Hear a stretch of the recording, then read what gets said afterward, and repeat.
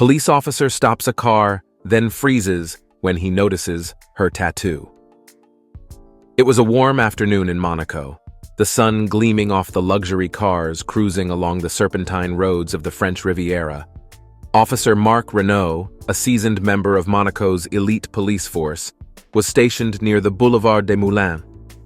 Known for his sharp instincts and a knack for spotting trouble, Marc took great pride in maintaining the Principality's reputation as a haven of order and safety.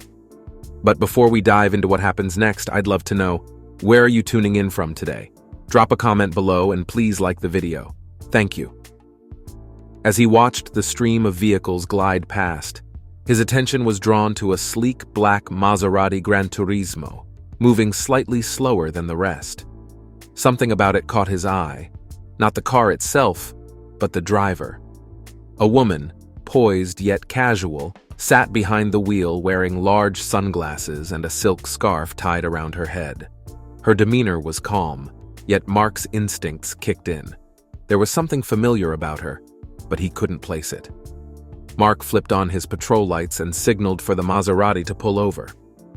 The woman complied without hesitation, guiding the car smoothly to the side of the road. Mark approached the driver's side window, his hand resting lightly on the holster of his firearm, a standard precaution. The window rolled down, revealing a woman in her late 30s or early 40s with striking features. Her skin had a natural glow, and her dark hair was tucked neatly beneath the scarf. She looked up at Mark with a faint smile, unbothered by the stop. "Good afternoon, officer," she said in a calm, melodic voice. "Afternoon, ma'am," Mark replied, maintaining a professional tone. "Do you know why I pulled you over?" She shook her head gently. "I can't say I do." "You were driving slightly under the speed limit, which is unusual on this road. May I see your license and registration, please?" "Of course," she said, reaching into her designer handbag. She handed over her documents without hesitation. Mark glanced at them, his eyes narrowing as he read the name, Sophia Laurent. The name rang a bell, but he couldn't immediately recall why. He glanced back at her, then noticed something unusual as she moved her arm.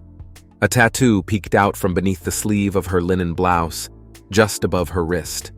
It was a delicate yet distinct design of a crescent moon encircling a star, with intricate details that gave it an almost regal quality. Mark froze, his breath catching in his throat. That tattoo wasn't just a decorative design. It was a symbol he recognized from a classified briefing he'd attended years ago.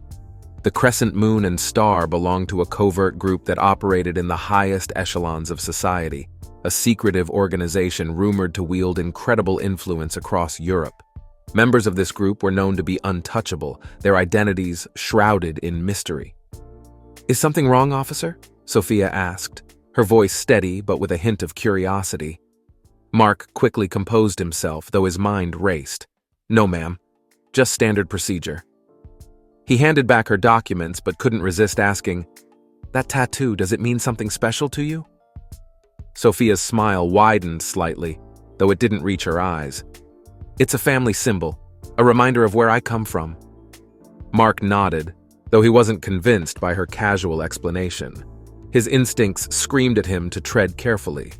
"I see. Well, everything appears to be in order. Drive safely." "Thank you, officer. Have a good day," Sophia replied, rolling up the window. Mark returned to his patrol car, but he couldn't shake the unease that gripped him. He sat there for a moment, watching the Maserati merge back into traffic. His mind was a whirlwind of questions. Who was Sophia Laurent, really? And why did she bear the mark of such a powerful and elusive organization? That evening, Mark decided to dig deeper. Using his police credentials, he accessed the national database but found nothing out of the ordinary about Sophia Laurent. She was listed as a Monaco resident, the owner of several luxury properties, and a philanthropist involved in various charitable ventures. There was no mention of her connection to the group symbolized by the crescent moon and star. Unsatisfied, Mark reached out to a trusted contact in the intelligence community, a retired agent named Jacques Duval. Jacques had spent decades investigating secret societies and influential networks, and Mark knew he would have insights. When Mark described the tattoo and the encounter, Jacques grew quiet. "Mark, you've stumbled onto something much bigger than you realize," he said gravely. "That symbol belongs to the Orbis Lux, a shadow organization that operates behind the scenes in global politics and finance. If she bears that mark, she's not someone you want to cross." "What should I do?"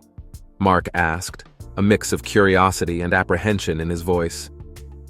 "Nothing," Jacques replied firmly. "Forget you saw her. Forget the tattoo. These people operate above the law, and meddling with them can have consequences." Mark thanked Jacques, but couldn't simply let the matter rest. Over the next few weeks, he kept an eye out for Sophia Laurent.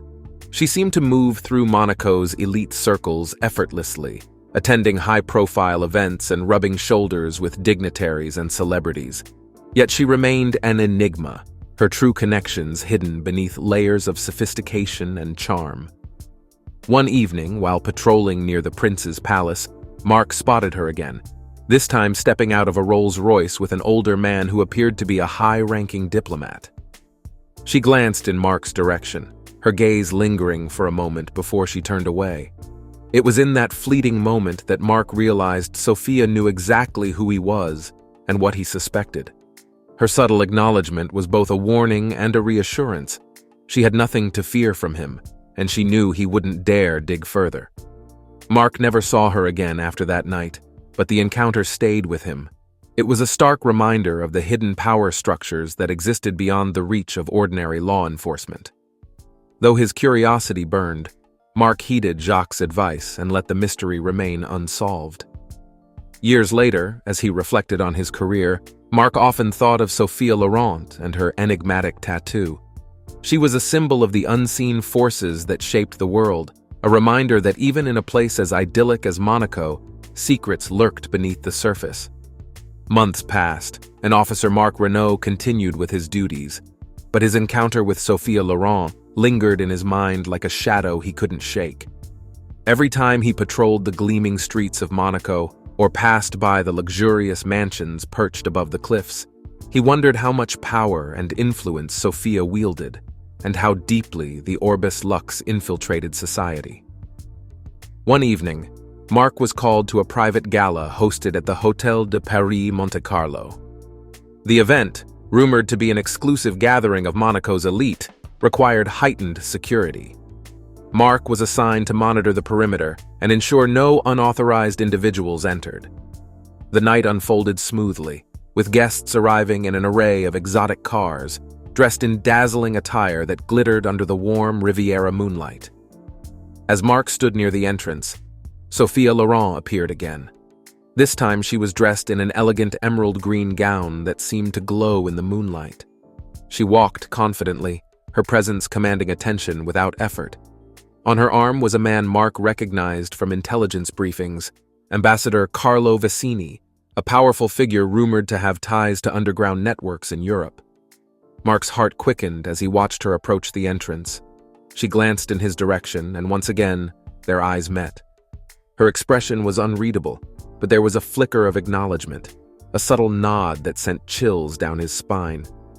It wasn't until later in the evening that Mark's unease deepened. A minor commotion occurred inside the gala, and he was called to investigate. Upon entering the grand ballroom, he saw a group of security personnel surrounding a guest who appeared agitated. The man, middle-aged and visibly flustered, was arguing with one of the hosts. "I have every right to be here," the man exclaimed. "This is an abuse of power." Sophia stood nearby, watching the scene unfold with a calm, almost detached demeanor. Then, with a grace that silenced the room, she stepped forward. "Gentlemen, perhaps I can help resolve this matter," she said in her melodic voice.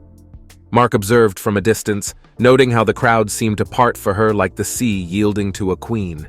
Sophia spoke to the agitated man in hushed tones, her words too soft for Mark to hear. Whatever she said had an immediate effect. The man's face fell, and he nodded, his defiance replaced by a quiet resignation. Within moments, he was escorted out of the gala without further incident. As Sophia turned to leave, her gaze once again found Mark. This time, she approached him. "Good evening, Officer Renault," she said, her tone as composed as ever. Mark straightened, caught off guard. "Good evening, Miss Laurent. Is everything under control?" "Indeed it is," she replied. "You handled your post well tonight. Monaco is fortunate to have officers like you." Mark wasn't sure how to respond. Her words, while polite, carried an undertone that suggested she knew far more about him than she should. "Thank you, ma'am," he said cautiously. Sophia smiled faintly. "I trust you've kept our little encounter months ago in confidence?" Mark nodded. "Yes, of course." "Good," she said, her gaze piercing. "It's always best not to meddle in affairs beyond one's reach." She lingered for a moment longer, as if weighing something in her mind, then turned and disappeared into the crowd. Mark felt a cold sweat on his brow, the weight of her words pressing on him. The following week, Mark received an unexpected letter. It was delivered in a black envelope with no return address. Inside was a single piece of parchment with an embossed crescent moon and star. The message read, "You have been observed. Your discretion is noted and valued. Should you ever find yourself in need, we may find you useful. Orbis Lux sees all." Mark stared at the letter, his pulse racing. It was not a threat, but it wasn't a simple acknowledgement either. The message was clear. He was now on their radar, and his life, once so simple and routine, would never be the same. From that day forward, Mark carried the weight of the encounter like a secret burden. He continued his work as a police officer, but his awareness of the hidden forces shaping the world around him grew sharper. Every luxury car, every gala, every whispered rumor became a reminder that Monaco's glittering surface concealed a labyrinth of power and intrigue. And somewhere in the heart of it all was Sophia Laurent, a woman who seemed untouchable, a queen in a game Mark could barely comprehend. Yet in his quiet moments he wondered, was her acknowledgement a warning or an invitation to a world he could never truly escape?